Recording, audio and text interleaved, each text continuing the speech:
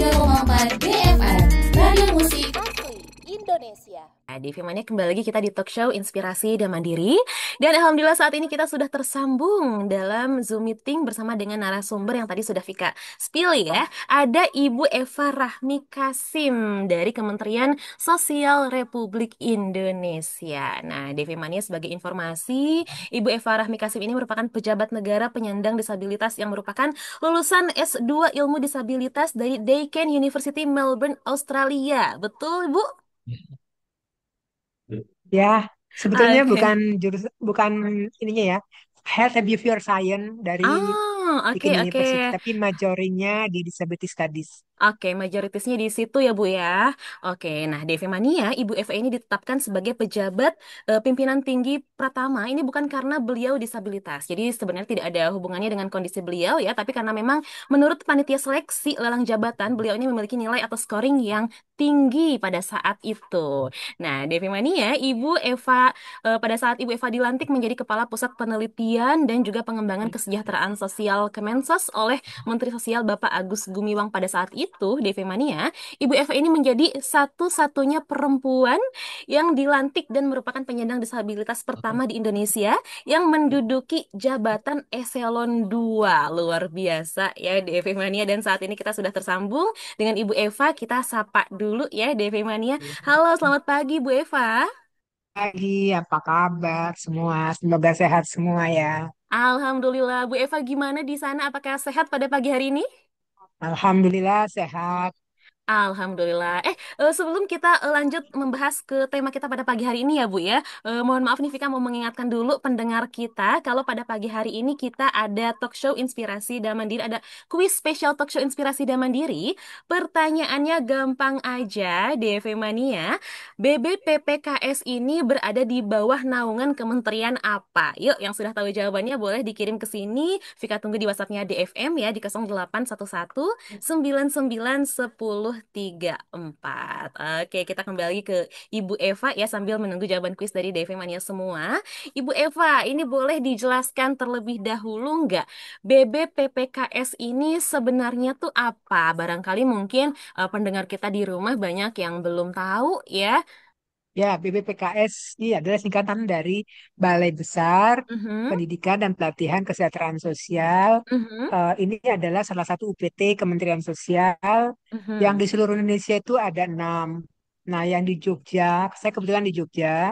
Di Oke. Jogja itu Regional 3 namanya. Jadi Mhm, mencakup wilayah seluruh Pulau Jawa, mhm. kecuali Jawa Barat dan DKI, sama NTB, NTT, dan Bali. Dan Oke. tugas dan fungsinya utamanya adalah pada pendidikan dan pelatihan Mhm. serta pengembangan profesi bagi para pekerja sosial atau tenaga kesejahteraan sosial. Seperti itu, Mbak. Oke, berarti Bu Eva Termasuk juga ini akreditasi ya, oke, termasuk juga akreditasi lembaga akreditasi. kesejahteraan sosial. Iya, iya, iya. Oke, berarti Bu Eva ini domisilinya berarti di Jogja ya, Bu ya? Iya, sekarang di Jogja. Oke, sekarang berarti di Jogja nih, Bu. Lagi di Jogja sekarang. Kalau sekarang lagi ke Jakarta. Oh, malah sekarang lagi di Jakarta ya. Aduh, padahal Iya, kenapa nggak langsung ke sini aja, Bu? Kita talk show-nya langsung di studio. ya nggak janjian sih. Coba Iya ya, janjian. aduh, ada sedikit miskomunikasi ya, tapi tidak apa-apa. Barangkali mungkin Ibu Eva ke Jakarta juga sibuk ya, ada agenda yang lain juga ya. Mudah-mudahan nggak apa-apa Bu, nanti mudah-mudahan kita ada dipertemukan lagi di lain kesempatan ya untuk bisa ngobrol langsung di studio nih. Amin.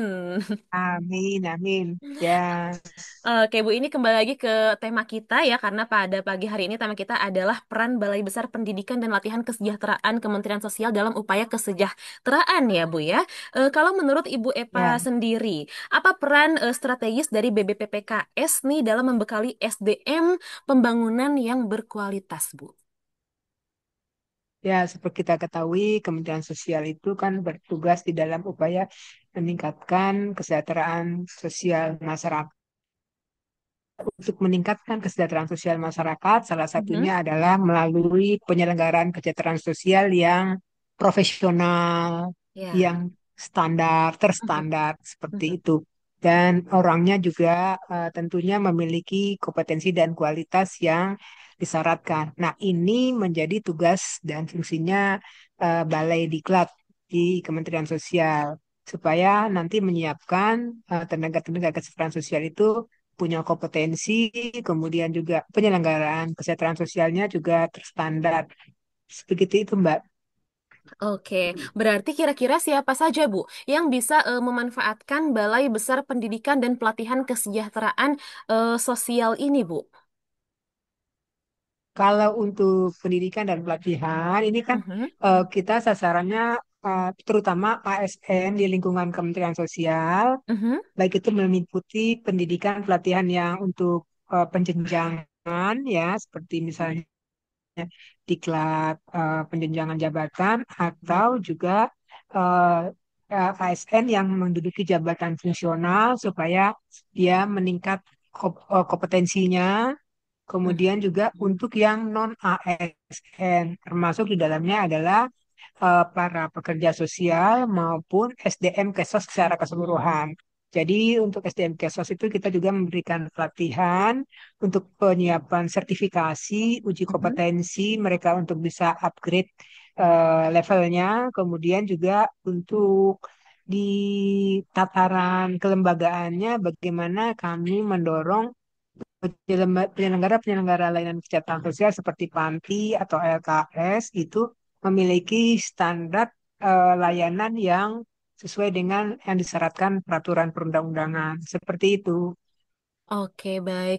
Bu Eva, kalau kita misalkan berbicara mengenai rehabilitasi sosial, kan ini juga merupakan salah satu program dari Balai Besar Pendidikan dan Pelatihan Kesejahteraan Sosial juga ya, Bu ya.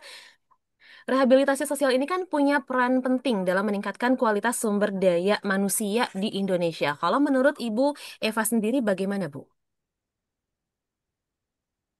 Kalau layanan rehabilitasi sosial, kalau Mhm, di Balai Diklat itu adalah salah satu tambahan tugas ya. mhm, Tambahan tugas karena kalau untuk layanan tersendiri itu ada di bawah Direktorat Jenderal Rehabilitasi Sosial. Tapi mhm, karena kami adalah UPT yang berada di daerah, mhm, langsung berhubungan dengan masyarakat, jadi kalau ada permasalahan-permasalahan kesejahteraan layanan yang membutuhkan rehabilitasi sosial, biasanya kami turun untuk melakukan respon kasus dan mhm. menindaklanjutinya untuk asesmen dan pemberian layanan yang sesuai dengan hasil asesmen seperti apa. Tapi kalau seandainya tidak bisa dilayani di balai, kita rujuk ke sentra atau ke lembaga layanan yang memang layak untuk menindaklanjuti penanganan kasus orang tersebut atau kasus yang dihadapi. Begitu. Oke, Bu. Nah, apakah apa nih, Bu, peran penting Balai Besar Pendidikan dan Pelatihan Kesejahteraan Sosial nih dalam meningkatkan kualitas peserta rehabilitasi sosial, Bu? Peran pentingnya seperti yang saya katakan tadi, Mhm, karena kita itu yang memberikan pelatihan, mhm, juga pembimbingan teknis juga, kemudian juga penguatan, termasuk penguatan dalam bentuk sertifikasi ya, mhm, sertifikasi profesi, baik itu yang pekerja sosialnya maupun yang eh, tenaga relawan sosial. Kemudian juga termasuk di dalam hal ini akreditasi lembaga kesejahteraan sosial. Jadi penting sekali peranannya ini karena kalau tidak terakreditasi, tidak mempunyai sertifikasi kompetensi pegawainya, tentu pelayanan tidak bisa dilaksanakan dengan maksimal. Bahkan mungkin ada kecenderungan mhm. malpraktek ya, karena mereka kan kalau tidak memiliki kompetensi bisa saja salah dalam pelayanan. Seperti Mhm, itu. mhm. Oke, Bu Eva, tadi kan Bu Eva sempat menyinggung di sana juga menyediakan pelatihan-pelatihan ya selain untuk sertifikasi juga. Nah, Hmm. kira-kira pelatihan apa saja Bu di sana untuk meningkatkan potensi sumber daya manusia sehingga bisa meningkatkan kemampuan yang lebih berguna begitu baik untuk diri sendiri ataupun baik keluarga untuk masyarakat dan juga negara. Pelatihannya ada pelatihan apa saja, Bu? Nah, kalau sekarang pelatihannya kan nih penyelenggaraan kasus di Indonesia ini kan mengalami transformasi nih Mbak ya. Dari yang Mhm, tadinya perlindungan sosial pada lebih berat kepada bantuan sosial, sekarang udah mhm, lebih mengarah kepada pemberdayaan sosial. mhm. Jadi pelatihan-pelatihannya lebih pada peningkatan kapasitas SDM Kesos itu untuk mereka bagaimana supaya bisa mandiri. Tidak Mhm. lagi tergantung pada bantuan-bantuan sosial. Misalnya di tempat kami itu punya pelatihan yang disebut pelatihan bagi agen-agen perubahan sosial melalui targetnya itu adalah pembentukan desa sejahtera mandiri. Melalui desa sejahtera Hmm. mandiri itu nanti masyarakat di situ tuh diberikan kemampuan untuk mengenali potensi sumber yang ada di lingkungannya, juga permasalahan yang ada di lingkungannya. Kemudian mereka merancang sendiri apa yang mungkin mereka bisa kembangkan untuk memanfaatkan potensi sumber itu untuk kesejahteraan mereka. Jadi misalnya ada yang bentuk desa wisata, ada yang Mhm. bentuk desa peternakan, pertanian, atau handicraft. Nah, itu tergantung pada potensi-potensi yang mereka miliki. Nah, itu Mhm. kita awalnya hanya melatih para penggeraknya. Nah, setelah Mhm. melatih para penggeraknya ini melatih lagi orang-orang desanya untuk bisa ikut di dalam program yang mereka rancang sendiri seperti itu. Jadi bergulir ya. Dari Oke. 39 kita kan ini baru dilaksanakan di salah satu provinsi di Jawa Tengah. Nah, Ah. setiap satu orang itu mengajak lagi orang untuk pelatihan. Ada mungkin satu orang bisa sekitar 200-an seperti itu. Jadi ada 9 kabupaten. Nah, 9 kabupaten kota nanti para penggeraknya ini melatih lagi orang-orang desanya itu. Misalnya kayak pelatihan ternak kambing. Nah, ternak kambing itu misalnya apakah nanti mereka fokusnya untuk penggemukan atau untuk pengembangbiakan atau hanya untuk pengambilan susunya seperti itu. Itu macam-macam nanti pelatihannya Oke. diberikan mulai dari produksi, branding, marketing sampai pelatihan terkait dengan penata usahaan usaha melalui pembukuan sederhana sampai nanti izin mendirikan usaha bagi rumah tangga seperti itu. Oke, jadi dipilih perwakilannya Itu dulu ya dari untuk masyarakat begitu para ya, Bu? PM ya. Mhm. Oke, Ya, berarti pilar dipilih. kita sebutnya pilar-pilar sosial.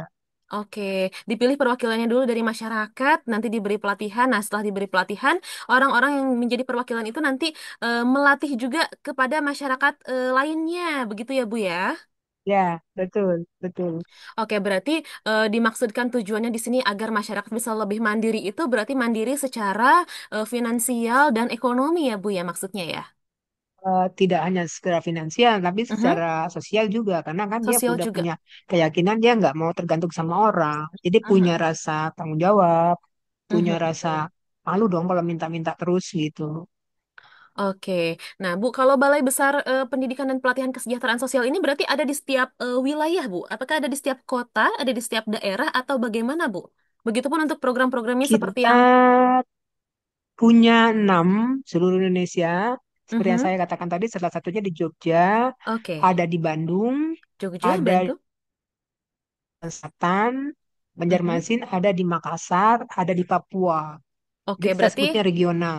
oke di regional di enam Sama di titik. Padang, satu di Padang. Oke, Ya, enam, satu enam di itu Padang. enam itu sudah termasuk di Padang ya, Bu ya? Iya, Oke. Oke, oke, oke. Nah, itu biasanya Bu, dalam proses pelatihan dan pendidikan yang dilakukan ini biasanya memakan waktu berapa lama, Bu? apanya? Untuk proses pelatihannya, Bu, proses pelatihannya memakan waktu berapa lama biasanya? Oh, tergantung. Tergantung itu kan ada jam latnya ya. Ada Mhm, eh, jam latnya, ada yang misalnya ada yang 4 hari, mhm, ada yang terus nanti berlanjut. Pelatihan satu, terus nanti mereka turun, nanti lanjut lagi yang upgrade berikutnya. Kemudian nanti ada monitoring dan evaluasi, ada bimbingan lanjut juga. Jadi nggak mhm, nggak sekedar satu kali pelatihan selesai, nggak. mhm. Tapi minimal ada dari yang paling singkat itu berarti 4 hari ya, Bu ya? Ya sekitar segitu. 4 hari. Terus tadi juga ada yang melalui proses monitoring. Itu setelah melalui segala macam prosesnya sampai monitoring itu biasanya memakan waktu berapa, Bu? Apakah bisa sampai 1 bulan kah prosesnya? Enggak ya, tergantung masing-masing tadi Mhm. yang mereka menindaklanjutinya. Tidak, Oke, oke. tidak, tidak. Mungkin ada yang start lebih awal, ada yang startnya belakangan. Mhm, Nah, mhm. itu kan tergantung. Nggak Tapi biasanya tapi yang jelas biasanya dalam 1 tahun anggaran ini Mhm, selesai gitu. mhm. Dan biasanya untuk pelatihannya Seperti berarti itu. tidak tidak sampai 1 bulan ya Bu ya? Kalau pelatihannya tidak. Oke, dan itu pun tergantung apa yang dilakukan pelatihannya beda-beda kan ya Bu ya? Tergantung fokus pelatihannya tuh pelatihan apa begitu Ya, ya? Oke. betul. Ya, betul. Oke, baik Bu Eva, sepertinya kita jeda dulu sejenak ya. Devi Mania juga jangan kemana-mana. Untuk Devi Mania yang mau ikutan kuis, monggo silahkan ya. Masih dibuka untuk yang mau ikutan kuis. Devi Mania pertanyaannya tadi, ayo coba.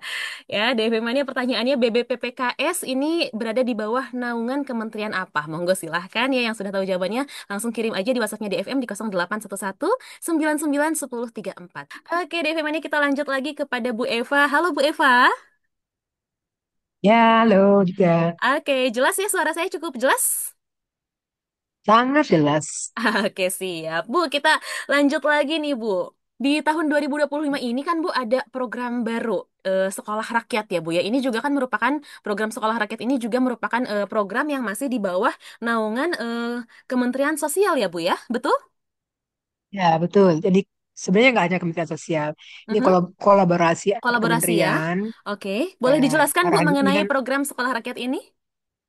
Ya, jadi Sekolah Mhm. Rakyat ini adalah arahan Bapak Presiden Mhm. pada waktu itu di melalui Impres nomor 8 tahun 2025. Ya. Eh, Sasaran utamanya sebenarnya adalah pengentasan kemiskinan. Tapi Iya. pengentasan kemiskinan ini melalui pendidikan, karena pendidikan ini bisa memutus rantai kemiskinan itu sendiri. Jadi melalui pendidikan kan orang punya kemampuan untuk bisa beradaptasi Mhm. karena dia punya karakter, punya pengetahuan sebagainya. Jadi melalui pendidikan sekolah rakyat ini sifatnya adalah boarding school ya, boarding Boarding school di school. mana murid-muridnya ini berasal dari masyarakat miskin dan miskin terbawah yang Mhm. berada di desil 1, 2 data tunggal sosial ekonomi nasional. Dan Mhm. mereka ini adalah anak-anak yang sebenarnya menurut data yang ada sekarang itu 4 juta anak itu terancam putus sekolah dan Oke. mereka juga terancam untuk tidak bisa melanjutkan sekolah, Mhm. kemudian karena mereka dari keluarga miskin. Nah, di sekolah rakyat mereka diberikan pendidikan gratis, Mhm. semua serba gratis dan bonusnya lagi kalau di sekolah rakyat ini, kalau mungkin di sekolah lain lebih berat ya pengetahuan ya, kalau di sini anak juga diberikan tambahan dalam bentuk penumbuhan karakter ya, Mhm. karakter anak yang tumbuh jadi berkepedulian terhadap sesama, punya Mhm. rasa empati, kemudian juga spiritualitasnya terasah, teratur, kemudian mereka juga disiplin, Mhm. kemudian juga mereka diberikan keterampilan untuk bisa memiliki eh, life skill ya, supaya nanti setelah mereka keluar, mereka bisa punya keterampilan tidak lagi tergantung pada bantuan. Kemudian mereka juga diberikan kemampuan untuk bisa apa sesama anak-anak itu nanti mereka saling peduli, saling membantu, saling belajar bersama dan Mhm. belajar disiplin juga, termasuk semuanya gratis seperti itu. Oke, oke. Berarti tujuan utamanya adalah untuk pengentasan kemiskinan ya, Bu ya, dengan memberikan Ya, akses sekolah betul melalui gratis pendidikan. melalui pendidikan bagi sasarannya adalah anak-anak yang terlahir dari keluarga yang miskin dan juga miskin terbawah Betul. alias miskin ekstrim ya, Bu ya, desil 1 dan desil 2 ya, Bu ya. Ya, Oke, tadi disebutkan bahwa betul. konsepnya sekolah rakyat ini adalah boarding school. Boarding school itu jadi seperti asrama. Mereka tinggal di sekolah, menginap di sekolah, begitu Betul. ya, Bu ya? Nah, ini yang menariknya, Bu. Betul. Kenapa dibuatkan konsep boarding school, Bu? Kenapa tidak sekolah seperti biasa yang memang datang pagi, misalkan, atau pulang sore, pulang ke rumah? Kenapa konsepnya harus boarding school, Bu? Nah, ini mungkin juga berdasarkan riset ya. Kebanyakan Mhm, kalau anak-anak itu, ini kan kalau mereka dari keluarga yang beragam tadi, punya pola asuh, punya pola hidup yang beragam-beragam, tentunya mhm. tidak mudah kalau membangun karakter anak yang kita harapkan tadi tangguh, Oke. kemudian dia disiplin, dia punya empati, dia punya Hmm, nilai-nilai spiritualitas tinggi itu kan kalau dilepas seperti itu kalau misalnya di sekolahnya diajarin tapi di rumah tidak. Nah, oke. sementara kita belum tahu pola asuh di rumah seperti apa. Nah, kalau Mhm, di sini kan dia itu terjadwal kegiatannya dari bangun tidur sampai mau tidur lagi.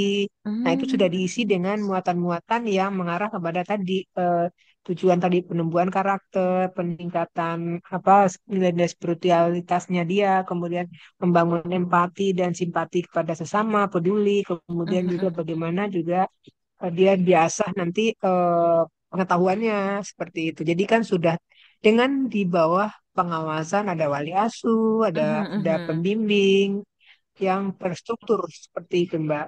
Oke, berarti kenapa konsepnya dibuat boarding school, diasramakan begitu? Tujuannya adalah untuk bisa lebih membentuk karakter si anaknya ya Bu ya, untuk lebih memudahkan membentuk karakter si anaknya. Lebih terarah ya, Lebih lebih terarah terarah, ya. lebih Oke. terarah. Oke, oke. Ya, betul. Baik, Bu. Ini di tahun 2025 ini kan memang ini program baru di tahun 2025 ya kalau untuk sekolah rakyat ini. Nah, untuk di tahun Hmm. 2025 ini rencananya berapa target sekolah rakyat yang di launching, Bu?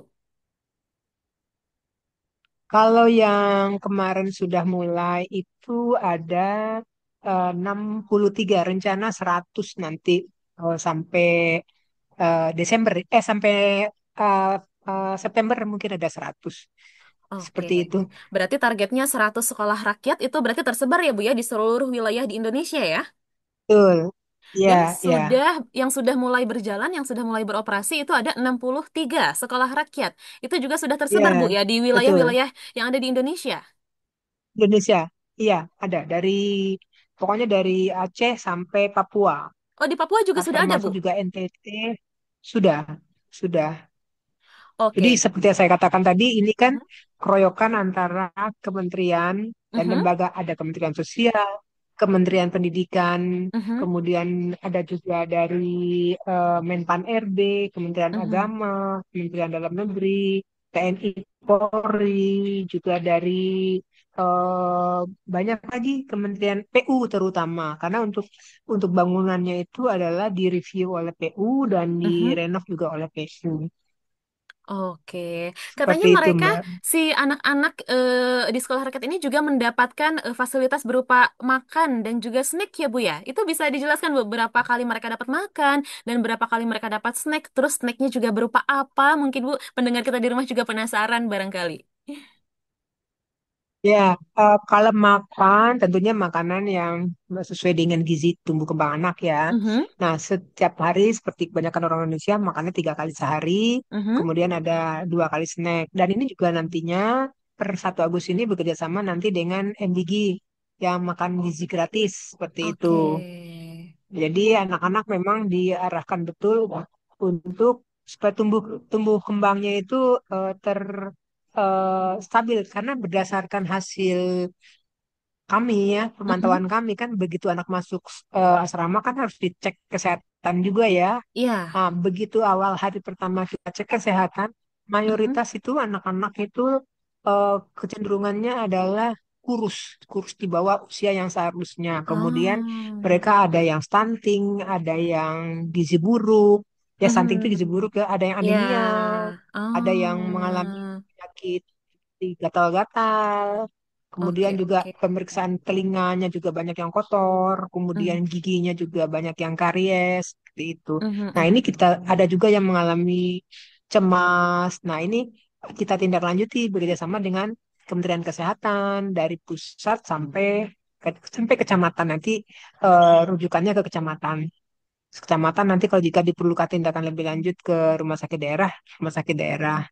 Dan mereka juga difasilitasi dengan tentunya BPJS Kesehatan seperti Mhm. itu. Jadi tidak hanya ilmu pengetahuannya, tapi juga dari sisi fisik kesehatannya juga diperhatikan. Bahkan juga keluarganya nanti misalnya orang tuanya di asesmen juga apa yang bisa dibantu dari orang tuanya. Nah Mhm. itu nanti rumahnya juga ada dibantu tentunya dengan eh, instansi atau kementerian lain yang akan mengintervensi secara komprehensif seperti itu.